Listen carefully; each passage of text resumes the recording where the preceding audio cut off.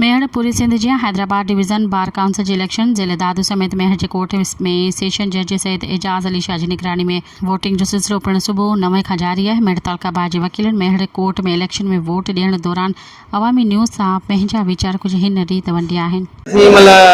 मेहर court में मौजूद आहियूं इहो ॿुधाईंदा हलूं पूरी सिंध जी जेके वकीला इलेक्शन जेको पैनल जिते मुक़ाबिलो आहे उन हवाले सां जो हिते मेयर सेशन जज सैयद एजाज़ अली शाह जी निगरानी में ही चूंडियूं जेके मतिलबु थी रहियूं आहिनि ऐं हिते तक़रीबन 70 जे लॻभॻि जेके वकील आहिनि उहे पंहिंजो मतिलबु वोट कास्ट कंदा ऐं उन हवाले सां असीं हिते मौजूदु आहियूं ऐं अचो त असीं इन्हनि खां पुछूं साईं तव्हांजो इन वोटिंग के हिसाब सां छा चवणु आहे। सिंध बार काउंसिल इलेक्शन आहे। हर 5 सालनि खां पोइ सिंध बार काउंसिल जी इलेक्शन थींदी आहे। उनमें असां पंहिंजे दोस्तनि खे वोट ॾेई कामयाबु कंदा आहियूं। वरी उहे नेक्स्ट 5 सालनि जी टेन्योर लाइ इलेक्ट थींदा आहिनि। हिन दफ़े काफ़ी नवां दोस्त बि कॉन्टेस्ट करनि पिया ऐं कुझु पुराणा दोस्त बि कॉन्टेस्ट करनि पिया जेके बीठल हुया। पोइ दफ़े वारे दोस्तनि खे असां मैंडेट ॾिनोसीं। उन्हनि में अलहमदुलिल्लाह कुझु दोस्तनि उहो मैंडेट असांजो ख़ूब तरीक़े सां निभायो ऐं उन्हनि में असां ॾिठोसीं त 2 धरणे में उहे वेठा ऐं सूबाई सिंध जे लाइ उन्हनि सुठो आवाज़ उथारियो ऐं उन खां पोइ जेका 6वीं आइनी तरमीम आहे जेका असांजे कॉन्स्टिट्यूशन ते हिकिड़ो वार आहे उन जे लाइ बि उन्हनि भरपूर आवाज़ उथारियो ऐं प्लस में जेके ॿियो सिंध जा इशूज़ हुया उन्हनि लाइ इन सूबे जे जेके बि इशूज़ खे उजागर कयो ऐं वफ़ाक़ सां इहे शयूं उथारियूं। हिन दफ़े कुझु दोस्तनि असांजो मैंडेट जेको खपायो उन्हनि लाइ असां वटि वोट कोन्हे को।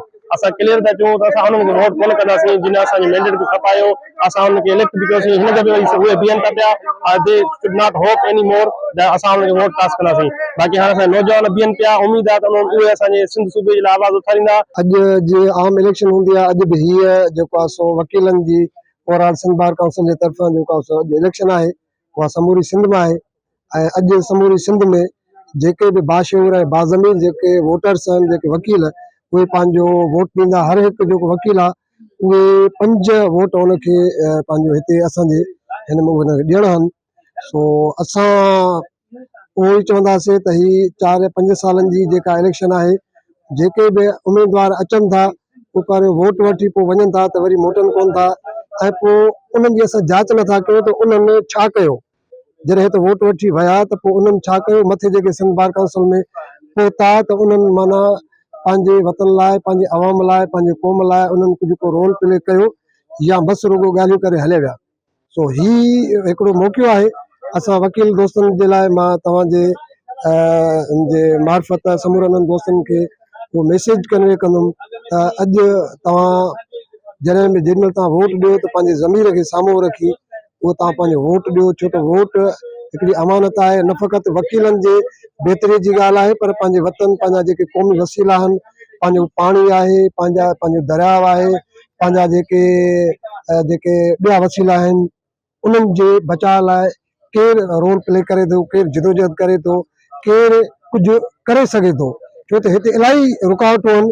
उन्हनि रुकावटुनि खे केरु टोड़े थो या जेके नयूं रिवायतूं केरु क़ाइमु करे थो ऐं जॾहिं तव्हां पंहिंजो वोट ॾियो त पोइ तव्हां इहा शइ ज़हन में ज़रूरु रखो ऐं पोइ पंहिंजो वोट तव्हां अदा कयो। अॼु सिंध बार काउंसिल जी इलेक्शन आहे ऐं ही असांजे सिंध जा वकील कॉन्टेस्ट कनि पिया जिन में काफ़ी जेके सिंध दोस्त वतन दोस्त आहिनि उन्हनि जी बि सरसरी आहे काफ़ी माण्हू बीठा आहिनि। सो अॻे दफ़े बि काफ़ी दोस्तनि खटियो हिन दफ़े उमेद कयूं था त अञा वधीक सीटूं सिंध दोस्त खटंदा छो जो सिंध ते ॾुखियो वक़्तु आहे। केनालनि जो मसइलो पाणी जो मसइलो हिननि ॿेटनि खपाए छॾिया ज़मीनूं खपाए छॾियूं तबाहियूं बर्बादियूं करे छॾियूं सिंधियुनि माण्हुनि खे पुठिते हटाए छॾियो। हीअ उहा सिंध आहे जंहिंमें कोयलो आहे जंहिंमें गैस आहे जंहिंमें पेट्रोल आहे हर मैदनियात आहे हर माण्हू हिते ख़ुशहाल हुजणु खपे। हिते असां वटि सहूलियतूं जाम हुजणु खपनि हेल्थ हुजे एडुकेशन हुजे पर कंहिं क़िस्म जी का बि शइ कान्हे। हिननि तबाही बर्बादी करे छॾी आहे सिंध जी अवाम जी असां में नज़रूं आहिनि ऐं हींअर सिंध बार में जेके आहिनि अवाम दोस्त ईंदा सिंध दोस्त माण्हू ईंदा इनशाला हिननि जेके वेसाघातियूं कयूं आहिनि उन्हनि खे जवाबु हिन फॉर्म तां ज़रूरु ॾींदासीं। सॼी सिंध में अॼु सिंध बार काउंसिल जे तरफ़ां जेका इलेक्शन रखियल आहे मुख़्तलिफ़ रीजन में जंहिंमें असांजे दादू ज़िले में बि अॼु ते रखियल आहे ऐं अॼु असांजा जेके उहे नौजवान वकिला पंहिंजे वोट जो जेको इस्तेमालु कंदा ऐं अक्सर करे असां नौजवान में इहो ॾिठो आहे त जेके सिंध जा अरड़ा पुट जेके वकील आहिनि, जेके सिंध जे काज़ लाइ बीठा हुया, जेके कारपोरेटिंग फार्मिंग केरालनि जो इशू हुजे या जेको असांजे पीका एक्ट वारो जेको इशू हुजे या 26 तरमीम वारे एक्ट ते जेको बीठा हुया, असां उन्हनि सभिनीनि अरड़नि पुटनि खे वोट कंदासीं जेके असांजो सिंध जो आवाज़ ऐं सिंध जे काज़ लाइ असां सां हर वक़्तु हर घड़ी गॾु हुया। हाणे सिंध बार काउंसिल जी इलेक्शन आहे, सॼी सिंध में थिए थी पई। उन मां जेके असांजा हींअर तक़रीबन 160 कैंडिडेट आहिनि, 33 सीट्स आहिनि सॼी सिंध में। ऐं असांजी डिवीज़न जेका हैदराबाद आहे, उन मां हिकु सीट जेका ठट्टो बदीन सजावल जी आहे, उतां जा दोस्त कंटेस्ट कनि पिया। ॿी सीट जेका आहे असांजी दादू जामशोरो जी आहे, उतां जा 5 दोस्त आहिनि। 5 मां सिर्फ़ु दादू मां असांजो मिस्टर लियोनर साठ साहब कंटेस्ट करे पियो। ॿिया जेके आहिनि 4 दोस्त आहिनि। हिकु दोस्त सेवण में आहे, जेको सेवण वारो आहे उहो जेको जामशोरे ज़िले सां तालुक़ु रखे थो। ॿिया जामशोरे जा दोस्त आहिनि, अब्दुल हकीम चालियो साहिबु आहे, ॿियो मीर मंगरियो साहिबु आहे, ॿियो राजा जवाब साहिबु आहे। इहे दोस्त कॉन्टेस्ट कनि पिया हींअर। ॿिया काफ़ी दोस्त तक़रीबन 15-16 दोस्त हैदराबाद में कॉन्टेस्ट कनि था पिया। तक़रीबन सॼी सिंध में हींअर ज़ोर शोर सां इलेक्शन शुरू लॻी पई आहे। असांजी बि हिते इलेक्शन में वर्क हले थी पई। काफ़ी दोस्त असांजा सभु अची विया आहिनि, कुझु दोस्त अचनि था पिया। सो असांजी बि इहा कोशिशि हूंदी त असां पंहिंजे उम्मीदवार जेको हूंदो उन खे असीं खटाइण जी कोशिशि कंदासीं। अॼोकी जेका असांजी सिंध बार काउंसिल जी इलेक्शन आहे वोकला बिरादरी जी, इन में असां जेके बि सिंध दोस्त वकील आहिनि उन्हनि जी भरपूर नमूने सां हिमायत कयूं था। जंहिंमें असांजो सजाद अहमद चांडियो साहिबु आहे ऐं मंज़ूर अहमद चांडियो आहे ऐं ॿिया जेके बि सिंध दोस्त आहिनि वकील साहिबान, उन्हनि जी असां हिमायत कयूं था।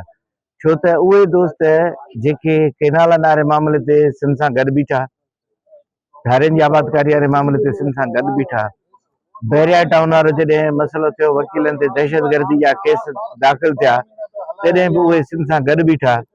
जेके सिंध सां गॾु बीठा, जेके सिंध जा पुट थी बीठा, सिंध बार काउंसिल जा मेंबर, असीं उन्हनि जी खुलियल दिलि सां हिमायत कयूं था ऐं उन्हनि खे वोट कयूं था। सब्सक्राइब कयो अवामी न्यूज़ HD खे ऐं ताज़ा तरीन ख़बरुनि लाइ ॾिसंदा रहो अवामी न्यूज़ HD।